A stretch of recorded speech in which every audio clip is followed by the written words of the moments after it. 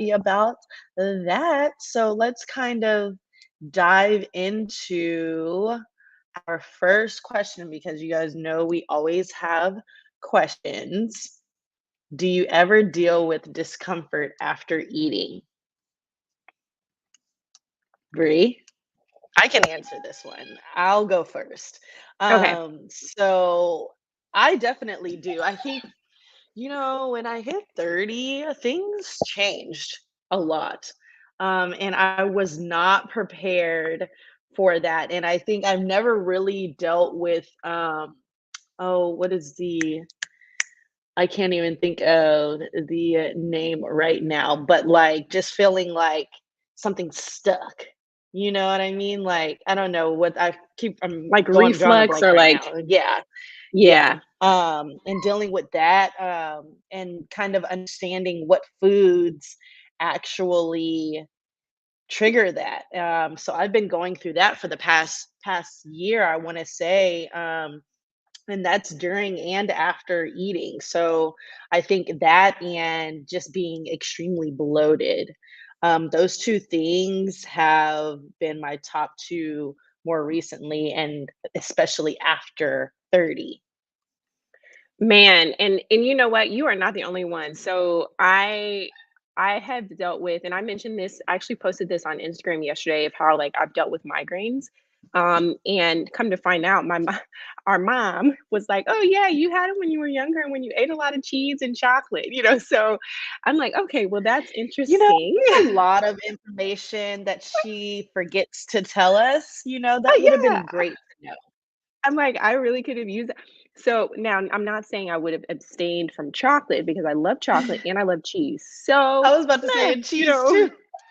that's kind of a tough one, give or take. But I will say, like, just like you said, once you hit 30, so I ended up with like a Ooh, shrimp and scallop allergy out of the blue after I hit 30. So I mean, I've definitely dealt with some discomfort after eating. I've never dealt with a ton of bloating, but yeah. rashes, eczema, like just lethargy, some of those different things after eating food. Mhm. So if you guys have dealt with that, you're not the only one. We too have dealt with that before. And we're gonna really dive into even more about this stuff. Yes. So, like we said before, we're really trying to tap into different aspects and different lanes of mindful eating and how it affects you and your body and your goals. I can't help but to, to laugh at Brayden in the background. Y'all, Y'all, he's that's gonna my be all in the guy, mix today. my He's gonna be dog. all in the mix. Just know he's gonna be That's all my on dog. YouTube. He can do whatever he wants. Hey. Okay, back to the topic. Back to the topic at hand. During this series, we will teach you how to use mindful eating to nourish your body, to take command of your eating habits, and to reach your goals. And specifically, today we'll be tapping into the gut health side of things and going into depth about how mindful eating affects that in general. My name is Stephanie. That is Bree over there. And we are the co-owners and founders of Power Portions. We are retired athletes, sisters, and we've been at this thing for about 7 years now. So we're really excited to be more in the forefront and not working too hard on the back end of things and kind of bringing you guys hot topics. What's going on, whether it's in sports performance or just general wellness. And I think today's topic is one of those hot topics in the general well, I would say all over because a lot of athletes have been talking about it as well. And just giving you some more insight on mindfulness. That is the topic of this month. As you know, if you were with us last month, we have a topic for each month. And this month we're talking about mindfulness, and today specifically in the gut health lane. So we're really excited about about that, and let's kind of dive into our next question. And definitely let us know. I will be, as usual, on my phone looking for questions. If you guys have questions, tap in with us. You guys can always answer these questions that we ask on the screen. We always answer the questions, but we love to hear your input. I always keep an eye out on our comments. So drop it in the comments section, or you can meet us on Instagram Live and drop it in there. So let's dive into our next question. Breezy, have you ever felt butterflies in your stomach? What was it associated with? That's a good one. I have. And a lot of times it would be a combination of if I was really, really nervous about something, like I would get butterflies before games. Yeah, And even though, obviously you're a professional and you are doing something that you have done for 20 years now at that point, you're comfortable, but you still get those butterflies, right? Of yeah. being anxious. And then if I'm really, really excited about something, so like I actually get butterflies before our lives because I really like, What? I don't know. I think it's because I just really That's funny. enjoy what we're doing. And so when I get excited to do it and I get Yeah, butterflies. So yeah. so yeah, I do. That makes sense. That makes sense.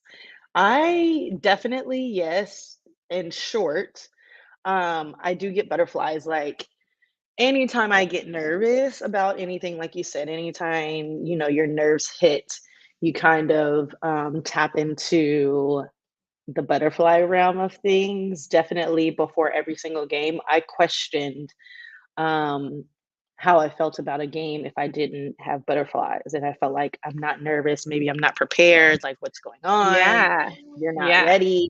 Um, because I don't know, I just associated being ready for a game like, okay, I'm nervous, I'm tapped in, I'm feeling it, everything's going.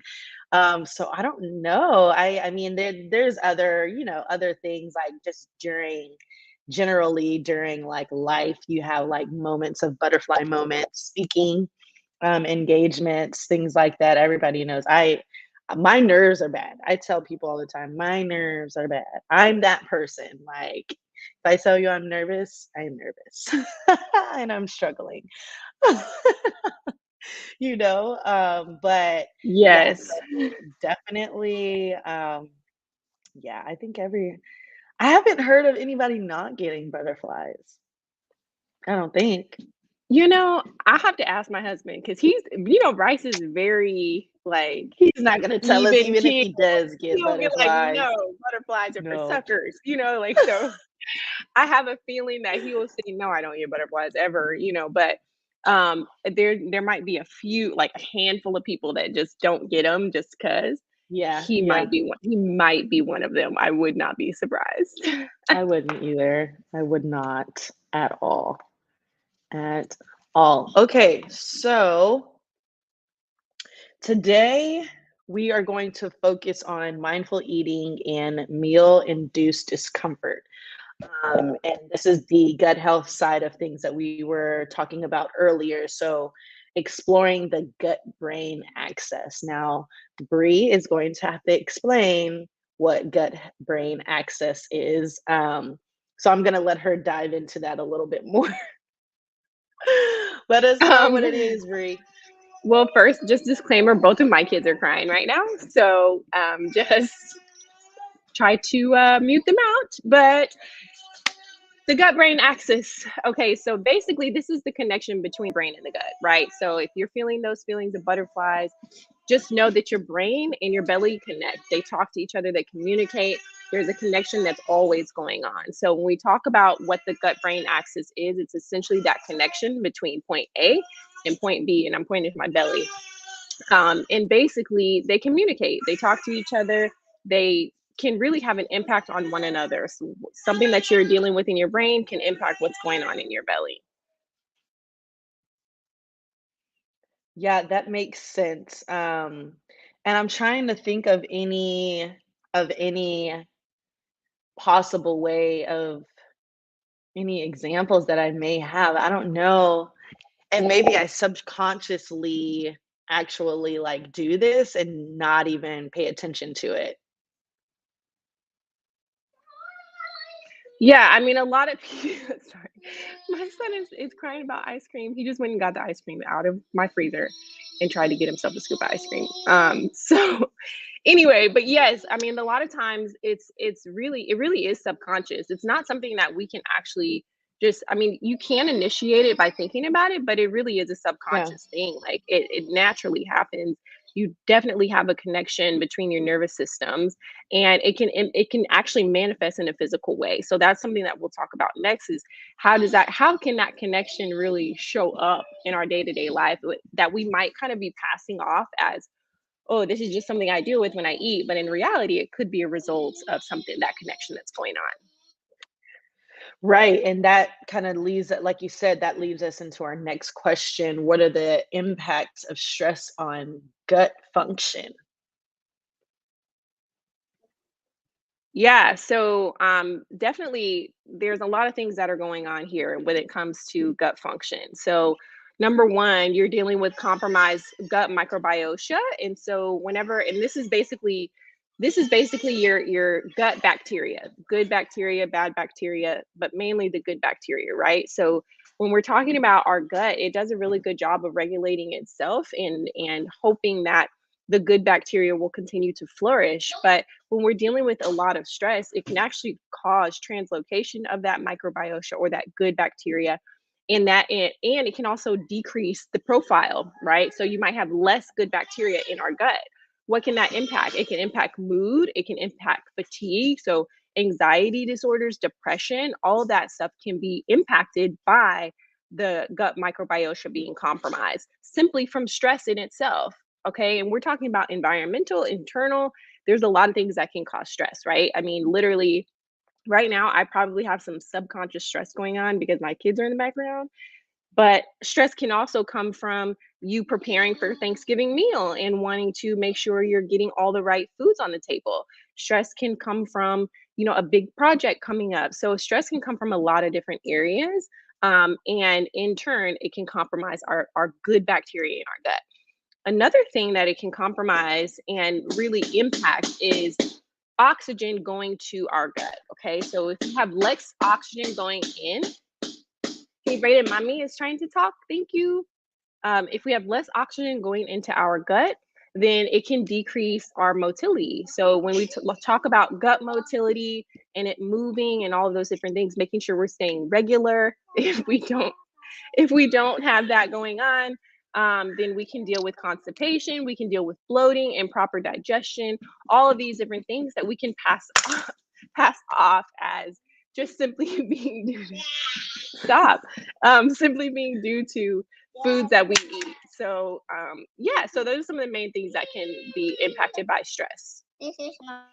So, I'm wondering, like, you know how we talked about, like, stress, does that have anything to do with, like, your appetite, not having an appetite when you're stressed, or maybe overeating when you stress?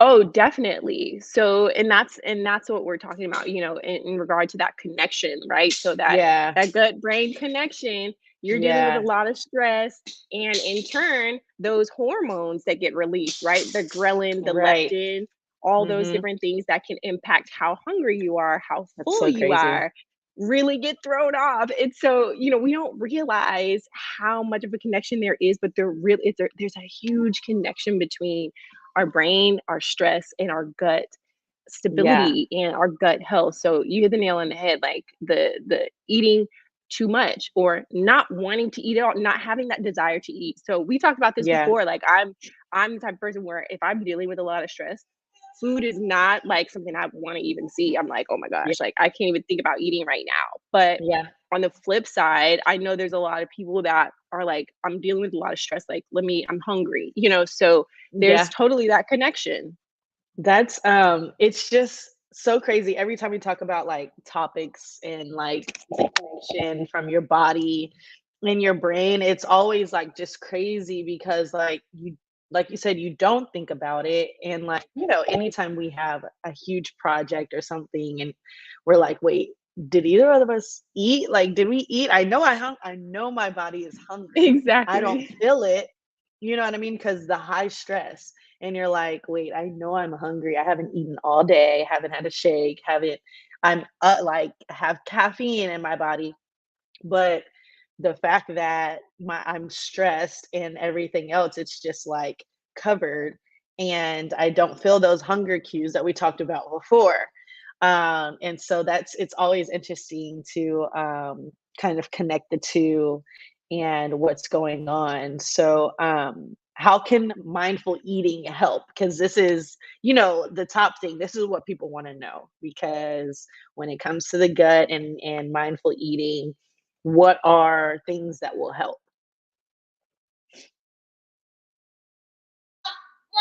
Yeah, so I would say number one is being aware of triggers going into the meal. So this is beyond, kind of beyond mindful eating, but also attached to mindful eating. So we as a company are actually going through our MRT testing. We're going to be finding out what are Yes, some oh my gosh, sensitivities, I'm some food nervous, I'm triggers. I nervous know, me too. because I Me just too. 'Cause don't want anything that I I know, absolutely love to pop up on I that know, MRT test, you I guys. know. I don't know what I'm gonna do if I have to Yeah, cut some things out.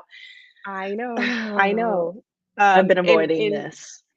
we literally we'll have a cohort with this. So with people that if you're on and you have dealt with just gut issues or migraines or irritable bowel syndrome or whatever, definitely contact us to be a part of our cohort because they're going to be releasing that in the new year. So, but as a company, we're going to be testing this out on ourselves to kind of see, what are some foods that could be potential triggers for us, and mediator release, things, inflammatory things that could just cause discomfort. So for us, once we know that, or for you, if you're part of our cohort or a future client or whatever, just knowing those foods before you even go into the meal, right? So Yeah, and you're aware of the triggers, and that will play a role in how you build your meals out. That's mindful eating, right? You're not mindlessly going into it just eating whatever. You're actually putting some thought into it and knowing, like, hey, I'm going to choose to eat these particular foods because I know they're going to help me feel the way I want to feel. And that's my goal, right? right. So that's number one,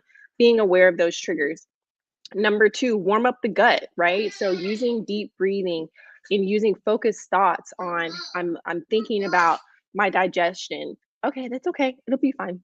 I'm thinking about my digestion. I'm thinking about how my body is going to um, utilize this food, how it's going to provide me with energy and all those different things. So when you're really focusing on what you're doing, you're focusing on chewing, you're focusing on having your feet on the ground, you're focusing on removing those screens, you've utilized the deep breathing to really get your body ready, get your gut ready, sending that oxygen to your gut, you're increasing the motility, that can help a lot. So really warming up that area and utilizing focused thoughts.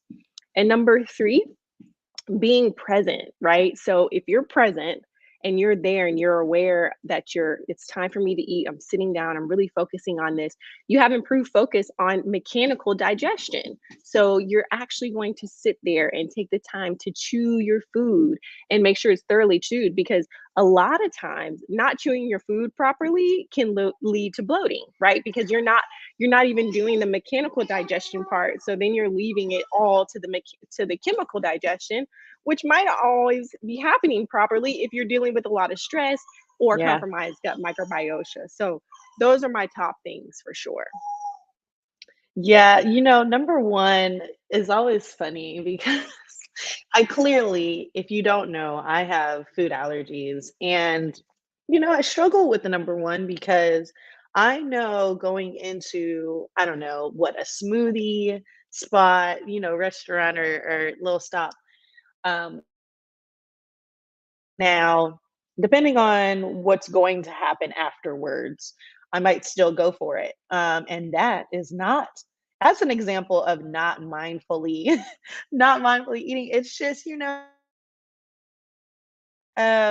so that's why I keep saying it's going to be interesting to see what comes back um from this MRT test that we are about to partake in as a group. So I'm really interested to see what happens after that, and see if I can actually implement this with my own life. So, just a few takeaways and some top things to remember for you guys to take away from today's discussion on mindful eating and gut health. Your brain and belly have a connection. Don't underestimate this. Yeah, I think that's to me is the most important thing, is to understand that there is a connection. It's real. So it's not you're not like it's not it's not something that is like unfounded. There's research behind this gut brain connection, the gut brain axis, and you don't want to underestimate that. So a lot of Yeah, times we feel like we can just roll through things and deal with the stress and not handle it and not pay attention to it, and it's not going to impact our body in any way, shape, or form, but it truly will. At some yeah, point, we'll probably talk about, the impact of stress and sleep and all that stuff too. I definitely. We actually have just to. we have to. I actually just added it to the rapid refine. So if you're interested in that, Oh, if you're join in the join app the rapid Rapid refine. Refine, yeah, The new or you're module, thinking about it, coming out. new Yeah, it'll be on module. stress and sleep. So definitely check that out. But just with Dang, all of dropping this being bombs before said, we tell I people. know. I'm sorry. Well, if you're watching the It's live, fine. you It's have it fine. It's fine. first. Um, You heard it first here. you heard it first. Yeah, so there is a connection, and you don't want to underestimate what's going on between your brain and your belly. Yeah. Yeah. Okay. Next one. Be aware of food and or environmental triggers. Be in the know. This is big. This is key. This is clutch. It's necessary. And this is kind Yes. of what we were talking about with the MRT testing and some of the things Mhm. that we offer as a company. But why is this one of your takeaways? Yeah, I think this is important because really a lot of my clients and people that I talk to are dealing with triggers that they aren't Hmm. unaware of. And not being aware of it, whether it's a stress trigger, whether it's a food trigger, whether, it could be anything, Yeah. but not being aware of it and just kind of going with the flow and not putting any thought behind it can impact your overall health and well-being. So if you find you're eating a lot of high fat, high sugar foods and you're not really sure why, well, maybe it could be due to stress. Maybe it could be due to, just your thoughts on whatever. I mean, there's all kinds of things that could lead you to doing those types of things. And so it's really important to pay attention to it and figure out what's going on with your body because there can Yeah. be a goal, right, that you have that's all the way over here. And you think that it's just going to take caloric deficit and a little more discipline, but in reality it's looking at the triggers, it's looking at the stress, it's looking at Yeah. your sleep, it's looking at all of these things that can really complete the photo and the picture and give you a nice idea of what's really going on and help you reach your goals. Yeah, yeah, I agree with that one. That one's that's probably one of my top ones. Probably more because like I can connect with it more than anything else. Last but not least, use multiple techniques to encourage proper digestion and improved well-being. Yeah, so I would say for this one, just like how I kind of mentioned about like the deep breathing and being present, those are really important. And we kind of underestimate that. But really, if you can get your gut going before you even put something in your system, it can really help your body and just making sure that you're digesting the way you need to. So, incorporating that mechanical digestion, being focused, and really having those intentional thoughts can impact your body overall. Being present, putting the screens down, and really focusing on your meal can help with the digestion. And then I already mentioned the deep breathing already. So obviously, that's something that I think is really important. And I think all of those things combined, or even just a few of those things, you have to figure out what works for you. But combining that stuff together can really help just with help you decrease some of the symptoms that you might be dealing with. So the bloating, the constipation, the cramping, migraines, like all those things that we deal with on a daily basis, we can potentially decrease those by utilizing some of those techniques. Yeah, guys, we're going to try to implement all of these things and we're going to document our process and what we have going on and kind of talk about some of our triggers and today we talked about a few but if you want to stay in the know, please follow us on Instagram, Facebook, Twitter, everything, YouTube, all of that, all the above. And for sure, be sure to sign up for our newsletter. You can sign up really easy by texting Power News to the number 22828 and send us your email. Once, just follow the prompts, send us your email, and get signed up. We're really excited to kind of document this process and give you guys more information. We are about to get on Instagram and go live again. So if you missed anything on here, please just hop on Instagram. We're going to go back over it and have another discussion about everything. We're kind of over our time now. We're trying to keep it within a certain amount of time, but you know, maybe we'll change up our times. I don't know. We'll This is see. live. Change it to This is midnight. life. Then we won't have Eh, kids. Or if you want to see right? more of my kids, definitely join us on Instagram in the next couple minutes. Right, right. Well, that is our time, you guys. We had fun. I'm Steph. That's Bree over there. We'll see y'all on Instagram. Peace.